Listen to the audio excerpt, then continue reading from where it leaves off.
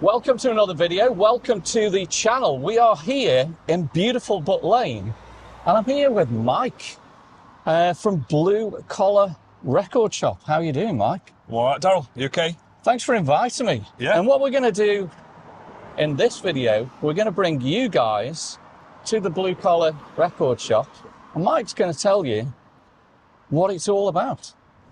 Come inside. Right, okay then, Mike. So let's start with, when did the shop open? I opened April the 12th, so just under 6 months ago, I'd say. And you're doing really, really well at the moment. Yeah, everything's going great. So far, so good. I don't know how long it will continue for, but yeah, so far, so good, really. Yeah. So we're going to tell you guys what Mike sells here and what it's all about. That's coming very, very shortly. But first of all, where did all this start? Where did the idea start? So basically it started, one of my friends, Carl Hooley, was selling his collection off, really. And yeah, so I probably brought about 400 records off him. And I didn't want them all, and I thought, well, I wanted them all, but I wouldn't necessarily listen to them all. So yeah, so I thought, well, I'll start selling a few, you know, and that's how it began, really. I started off in my in my bar in Kids Grove, the tap room. I was just selling on my own, really, from the bar.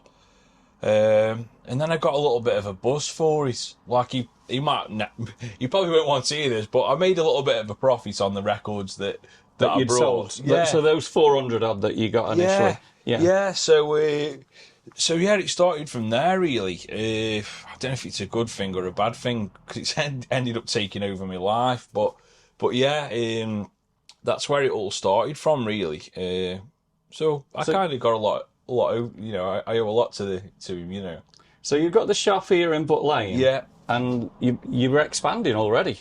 Yeah, it's a bit of a crazy story, really. So I'd only been open for 2 weeks here, and I had a guy contact me from the Victoria Mill Antique Centre in Congleton, and said that he was selling up his stall. So yeah, so after 2 weeks, I ended up with, you know, lumbered with a bloody another shop. But yeah, again, there, absolutely incredible little place, and it's been doing really well. The support's been fantastic.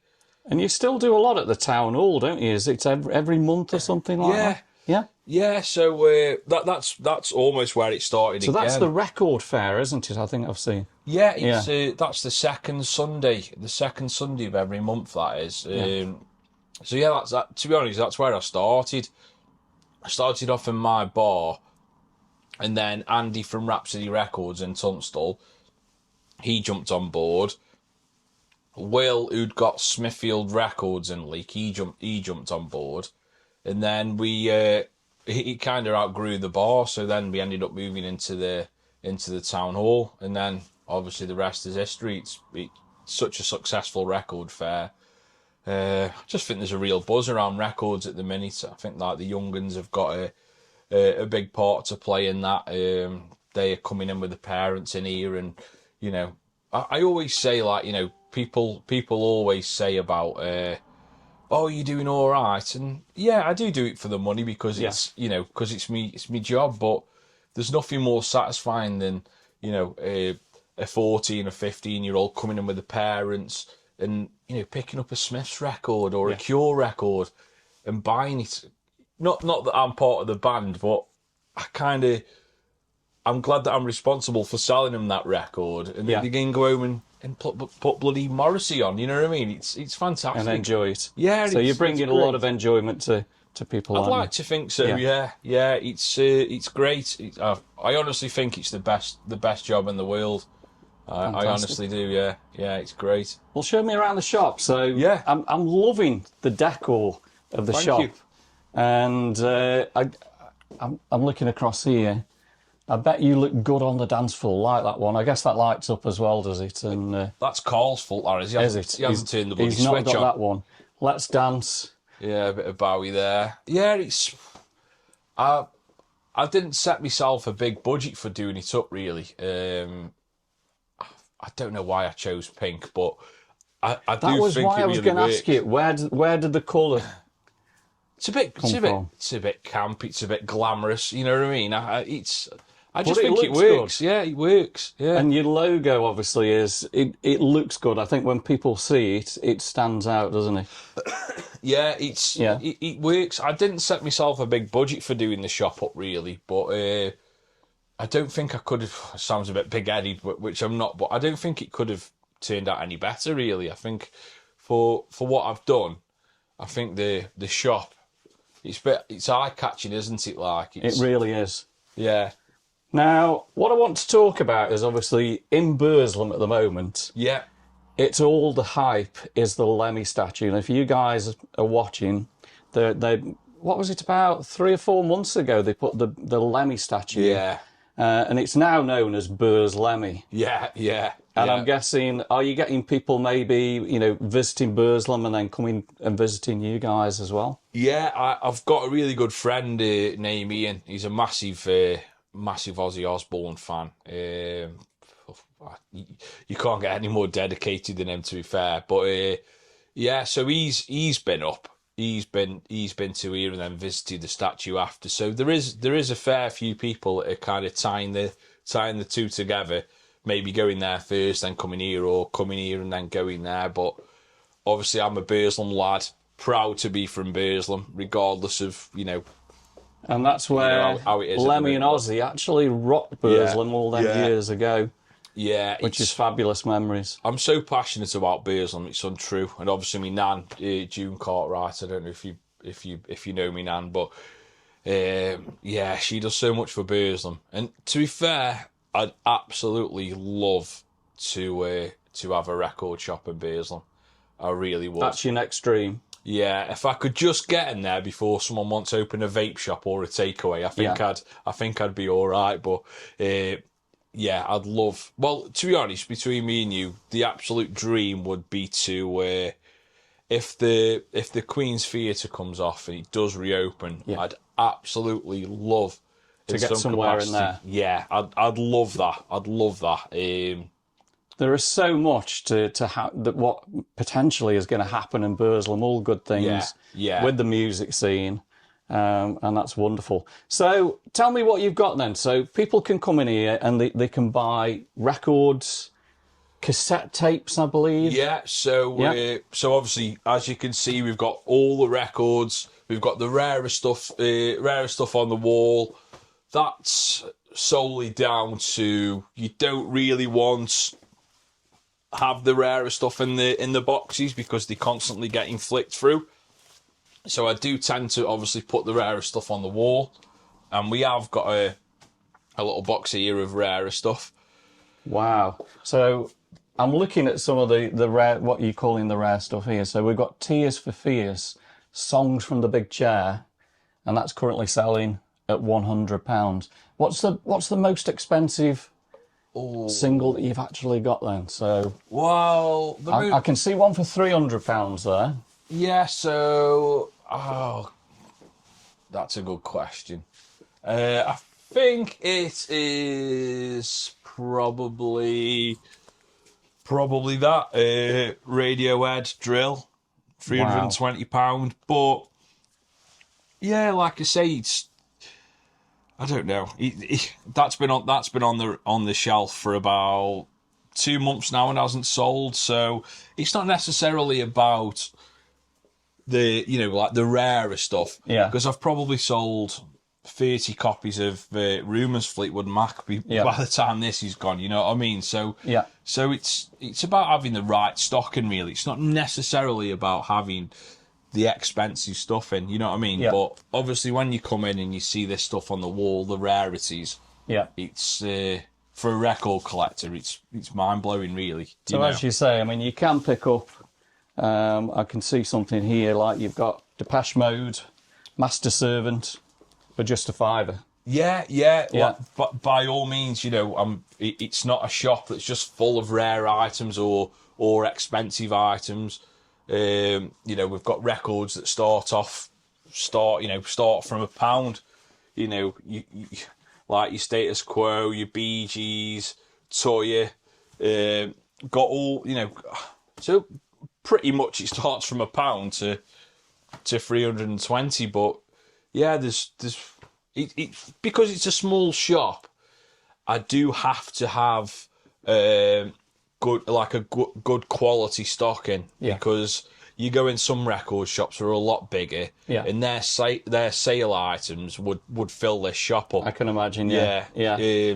So yeah, obviously I'm just going to give a shout out to my good friends at Rockabye Records.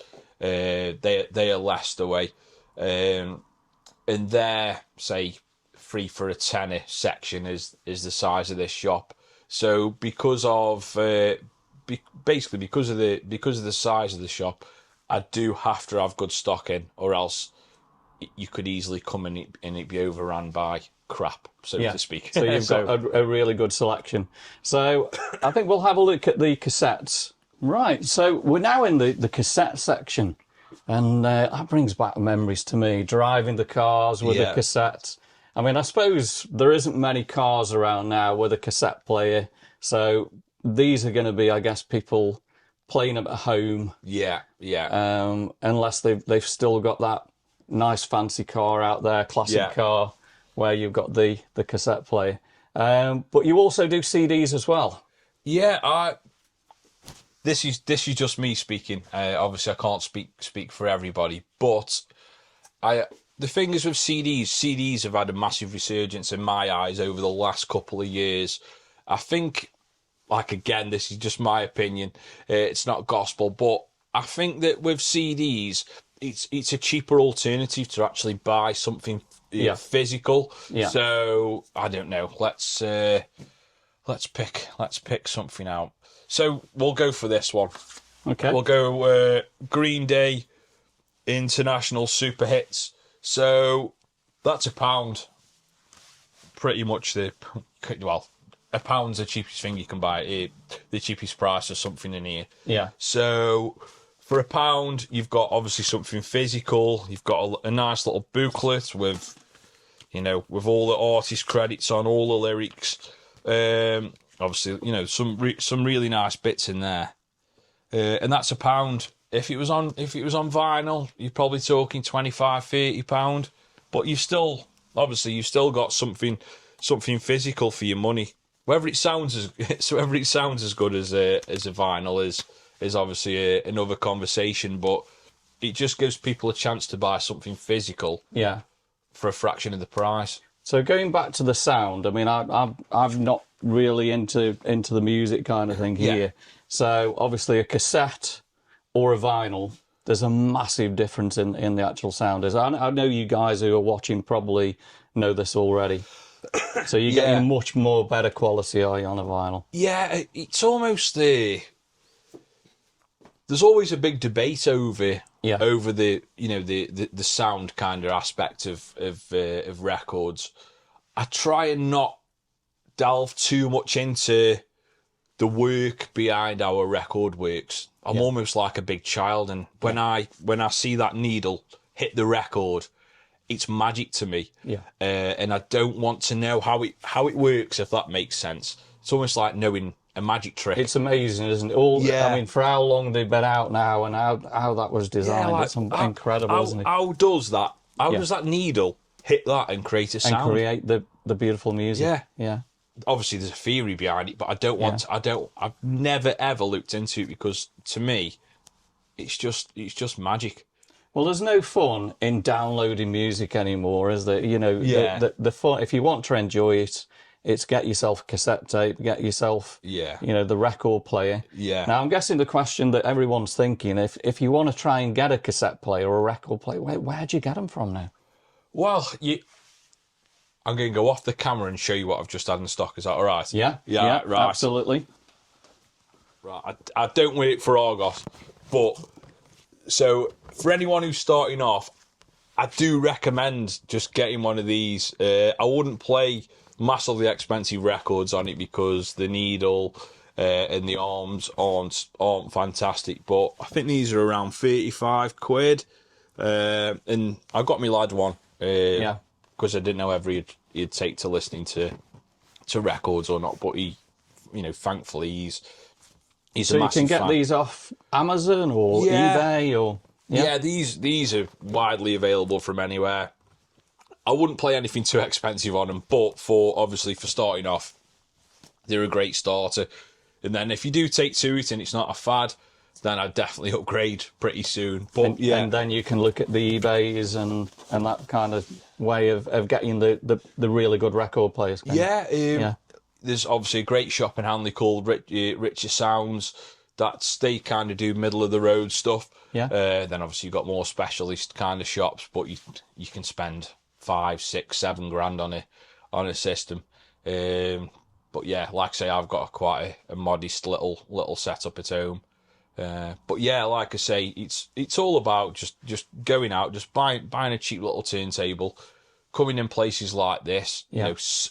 Pretty much just support your local record shops, because I think places like HMV,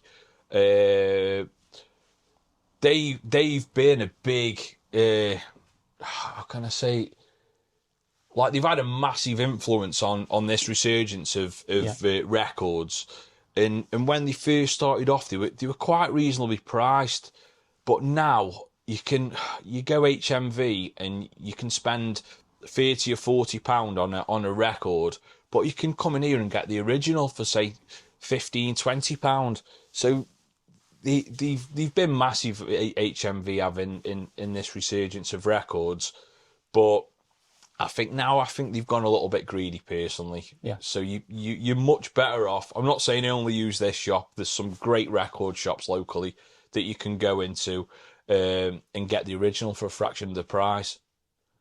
Well, it's been brilliant. I'm really interested, and it's something that I've been looking forward to coming and give you, pay your visit here and seeing what you guys do. So for the people watching at the moment, what are your opening times in your days then? Right, so the Butt Lane shop, which is where we're at now, we are open Wednesday to Sunday. Wednesday to Saturday it is 10 till 4, and on a Sunday I've got Connor working. He's a great lad.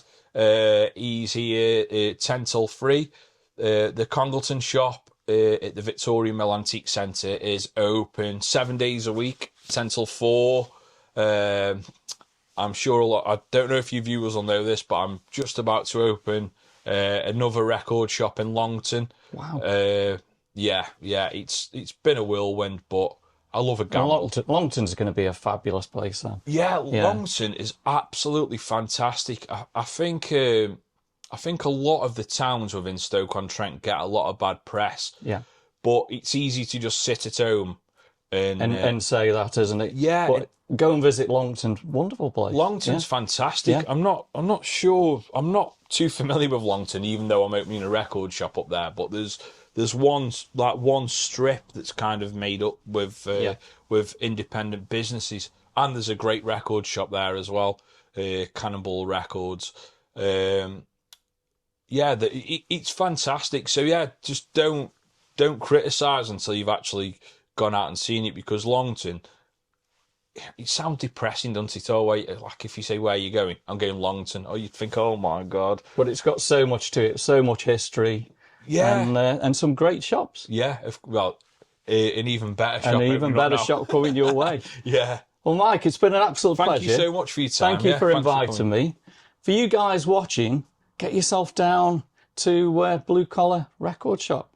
And now you've got even more choice in various locations. We've got a chain on the go here. So yeah. But yeah, come down and say hello to Mike, and make sure you obviously say you've seen it on the YouTube video. So guys, if you've enjoyed the video today, give us a big thumbs up. Of course, drop us some comments and subscribe to the channel, and make sure also you hype the video. We'll see you on the next one real soon.